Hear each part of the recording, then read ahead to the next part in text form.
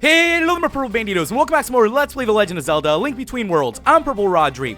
So last time, we began adventuring here in the little swamp-looking area. We finished up what we had to do. Now, we are actually going to make our way to the next dungeon, but before we do that, there are a couple things that we need to take care of.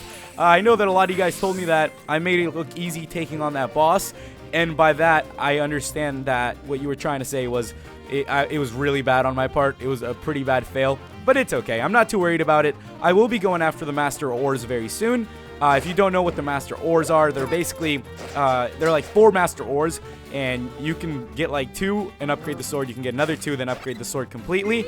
I will be doing that very soon, but I feel like, you know, here with the first 3 dungeons, it's not something that we have to completely do right now. So for now, we're just going to go on with the sword I have, and, you know, we will be upgrading a little bit as we go. So first of all, we're back here at Ravio's shop because we actually need to pick up an item. Yeah, who would have thought, right? We need to buy an item in order to make our way into the next dungeon. That doesn't happen in Zelda games all the time. So we're going to go ahead and we're going to buy the hook shot here.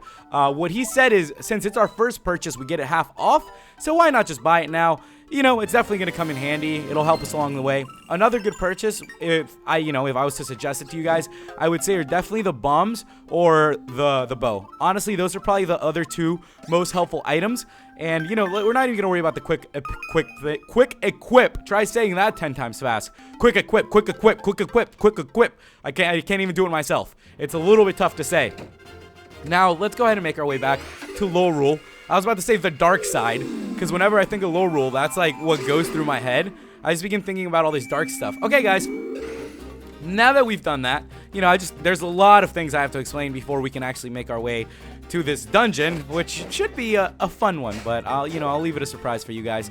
There's actually a couple little side quests we have to do. I enjoy them. You know, one of my favorite things to do in these games are side quests.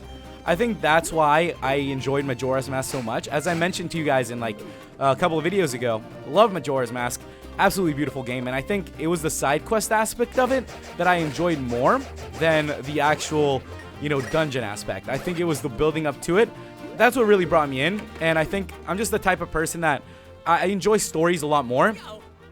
And I just enjoy learning about the people and the characters and just, you know, looking deeper into everything. And that's kind of what I'm excited about here. Now, we're at this dude's crazy lab. He reminds me of a little bit of, you know, Cranky Kong from Donkey Kong 64. I don't know why. If you know what I'm talking about. The old dude, the old crazy guy that gives you, like, potions or whatever it was. I haven't played DK64 in years, in a long time. But you know what I'm talking about.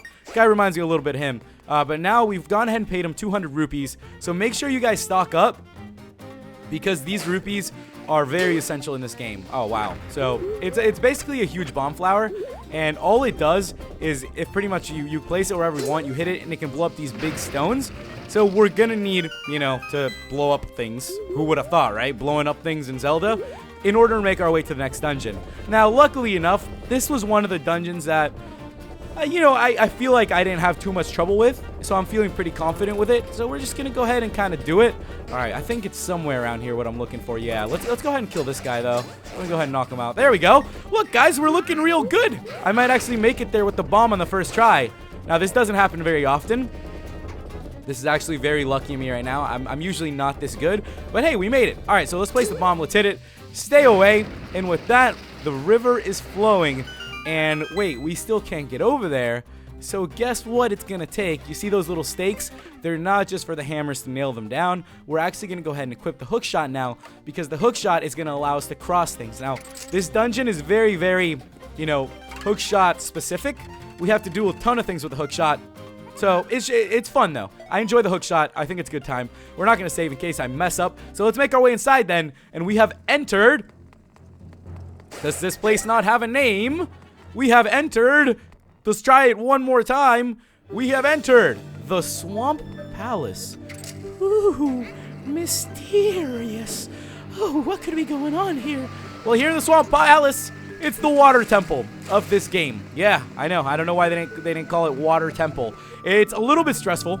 If you don't know what you're doing, it can actually, yeah, it can suck. It can suck. But, you know, this game alone, it's not too difficult. It's not too difficult of a game. So I'm sure, you know, you guys will definitely, you know, get it going. So let's go ahead and get this going now. Now, I'm going to tell you guys a little bit of what was going on when I first took on the Water Temple. Because if you guys remembered, my first Zelda game, of course, was Ocarina of Time.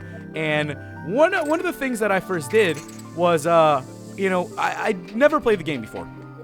That's what I'm trying to get at. So one of the first things I did was, play through it for the first time with my cousin Jerry. And in that way, I was able to, learn a lot about the game. We learned a lot of mysteries about it. And I remember, like, when me and my cousin started playing it, he wasn't much further than the Water Temple. I think it was around this point where I first saw him play it, when we made the decision that, you know what, we're going to go ahead and start a new file together to see if we can beat it. So we started a new file, and, the first dungeon's pretty easy. Absolutely so much fun. I'm going to have to do... I kind of want to play that game with my cousin. I think that'd be fun. But, first dungeons were pretty easy, pretty simple. We knocked them out. But it was when we came up on the Water Temple where we began having trouble.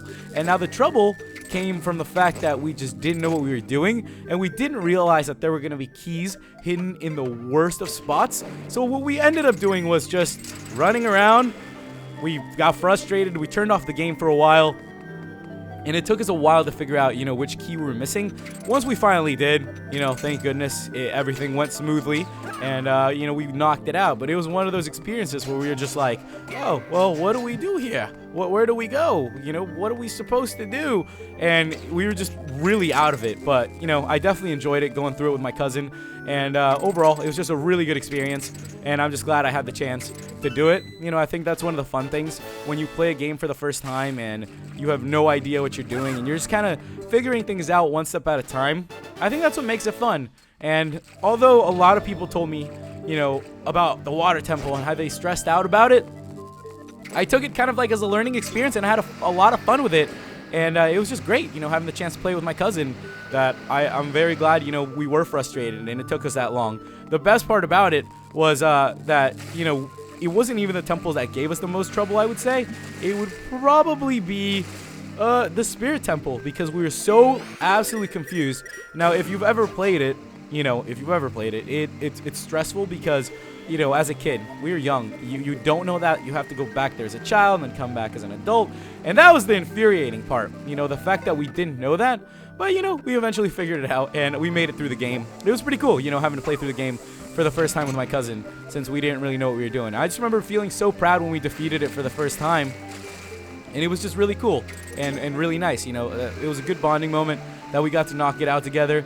And I was just glad that we were able to share that moment. And that's why I'm glad, I get to share some of these moments with you guys, because it's nice to, knock these things out together and learn from them and just kind of overall, go about it in a fun way and get to share these experiences together. So I'm glad that, even though sometimes dungeons do get frustrating and I'm not the best at some of these games, I have the chance to, share some dumb stories and experiences with you guys, because I think that's what matters, It's about the journey, not the destination.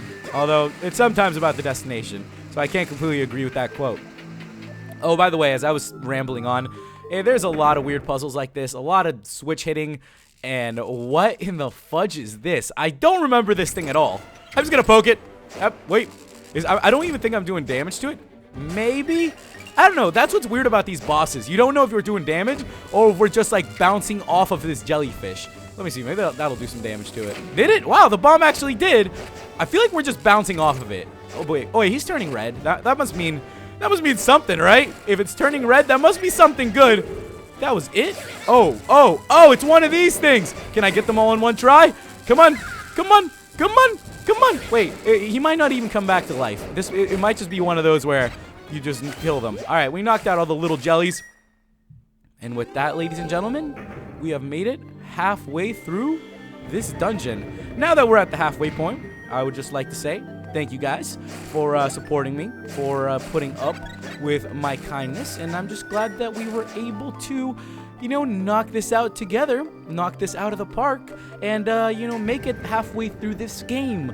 Because this game is a little bit stressful here in the Water Temple dungeon, Swamp Dungeon. But it's all good. Now it gets exciting. I'm also looking for an item here, which a couple of you guys told me I need to find. Now it's just a matter of finding it, because I don't know where it is or where I'm going. I'm not 120% sure here.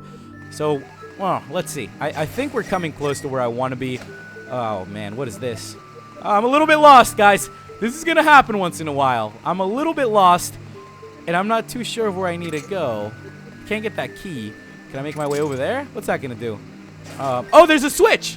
Wow, I'm such a derp sometimes. I don't realize some of these things. All right, the water's off, which means we can make our way pretty much anywhere we want now.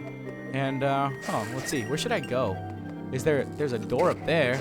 Yeah, we can go in this. Yeah, we can go in this door, right? I don't know. Hang on. I'm gonna go back up. Yeah, I think I have to go back up because then I have to fall down the hole in order to grapple the key. That's what it is. See, guys, I can figure this out. It's not, it's not easy being bad at this game. I'm not even that bad at this game. I'm pretty good, I'd like to say. There we go. We got the small key. And now, where are we going from here? All right. Let's see. I'm trying to figure it out. I'm just trying to think strategically here. I'm trying to figure out where would be the best place. I think if we drop down the hole again, we can go to the corner because there's a key slot. And from there, maybe we can figure out something special to do.